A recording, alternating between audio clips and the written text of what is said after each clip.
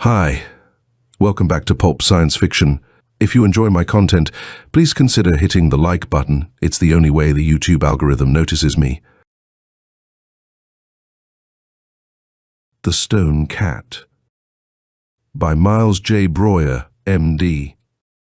Author of The Man with the Strange Head. Amazing Stories. September 1927. Have you ever seen a petrified forest? If you have, you must have wondered by what process this came about. The processes that make petrifaction possible are not any too well understood by science today, but it is thought quite probable that it is within the scope of scientists to create similar conditions. We all know the biblical story of Lot's wife, when she looked back and was turned into a pillar of salt. Evidently, we have to do with petrifaction in this instance as well.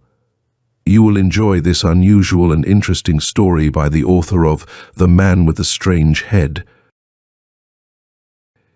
Investigation showed that I was the last person to see young Brian before his sudden and mysterious disappearance. I saw him on the day that my remarkable friend, Dr. Fleckinger, showed the two of us the stone cat.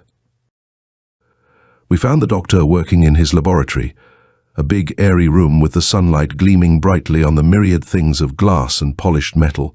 As usual, Miss Lila was there, busy at some of the doctor's scientific tasks. Brian had eyes only for the demure young lady in the white apron and rolled-up sleeves. As we came in, she looked up and saw him, and nodded her head to him with a smile in her deep dark eyes.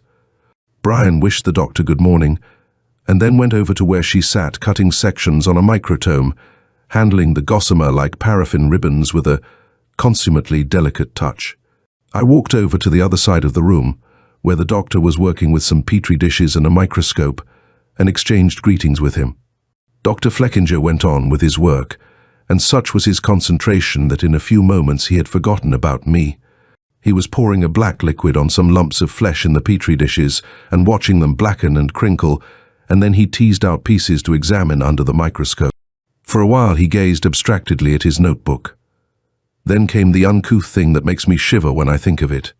Suddenly he jerked up his cuff and bared his arm, and poured some of the greenish-black stuff on one spot.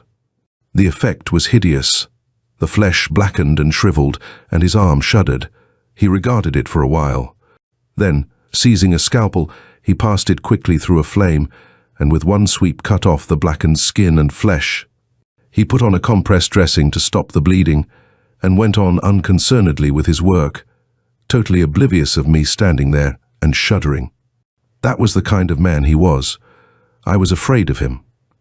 The friendship that I continued with him was one of those things that we do against the protests of our better judgment. I envied him his comfortable wealth, his astonishing intellect, and his beautiful daughter, for I had to work hard for a living with just a mediocre equipment of brains, and all I had to love and worry about was a nephew who could take better care of himself than I could. I enjoyed Dr. Fleckinger's society during his amiable intervals, and delighted in his wonderful private collection of marble and bronze statuary. But at other times I was uncomfortable in his society. Though I was his oldest and best friend, I had a feeling that he would cut me in pieces did the conditions of an experiment demand it, with the same unfeeling precision with which he had whirled guinea pigs in a centrifuge during our college days to determine the effect on the circulation. Miss Lila and Brian were so interested in some mutual matter that they had not noticed the uncanny performance.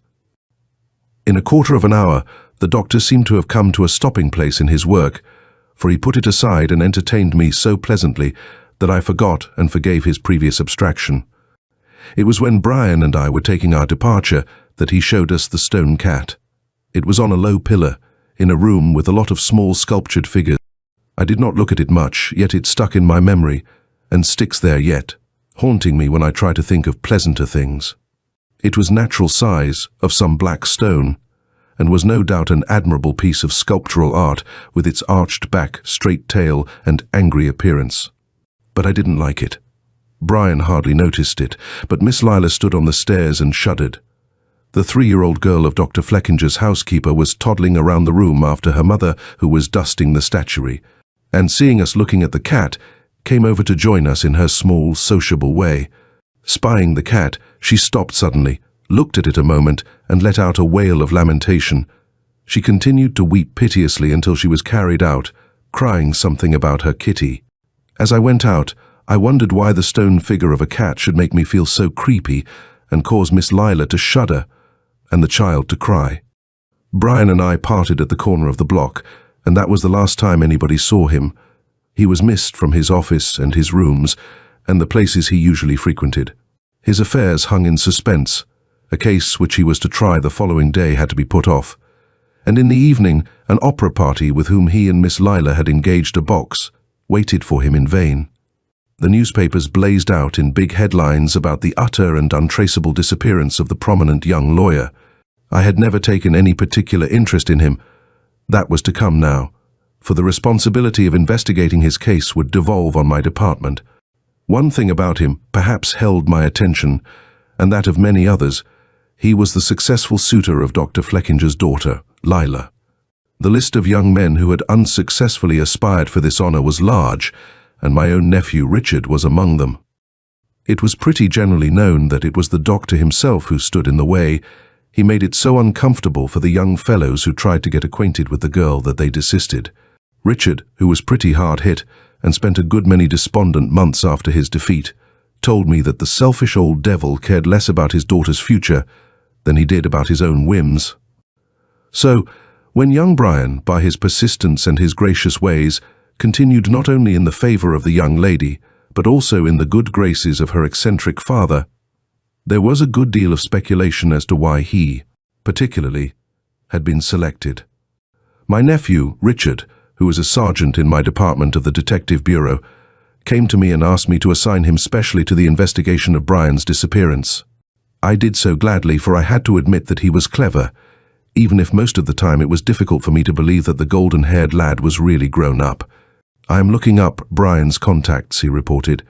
"His own record is an easy job. His life is an open book. Miss Fleckinger I know pretty well myself. But her father seems to be a sort of mystery. You know him intimately. Tell me about him." His brows were dark with angry suspicion. "Well," I mused, "he and I went to school together. We were drawn together and apart from others by a common streak of intellect, a sort of analytical and investigative faculty that would give us no rest. Out of me, it made a detective. Out of him, a research scientist. He inherited enough money to make that possible. He keeps to himself and does not even publish the results of very much of his work. What he is working on is as profound a riddle to the rest of the scientific world as the secret of the Sphinx. However, I can make my surmises if he does things like those he used to do. I remember once that he blew a steam whistle for 10 days close to a rabbit's ear, and then killed it and made microscopic sections to see the effects on the nerves of hearing." Richard shut his teeth with a click and said nothing. "I saw the doctor this afternoon," I continued.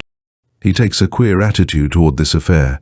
His daughter is all broken up about it, but he acts as though he were relieved.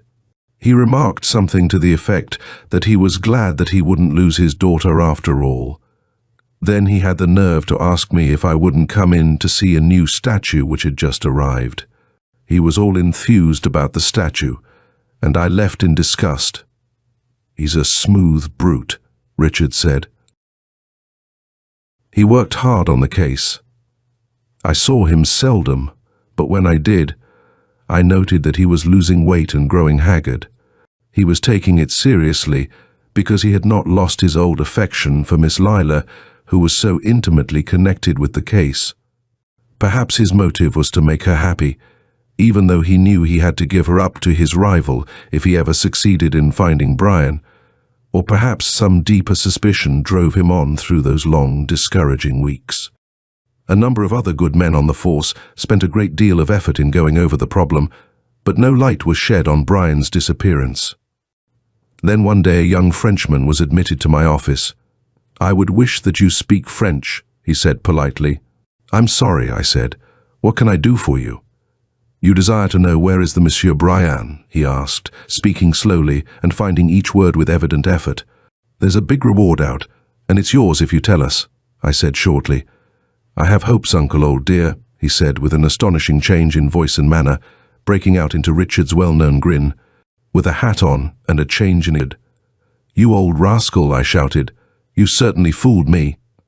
"It wasn't easy, Uncle. I dye the hair and mustache twice a week and practice French all night. But it has fooled all my friends."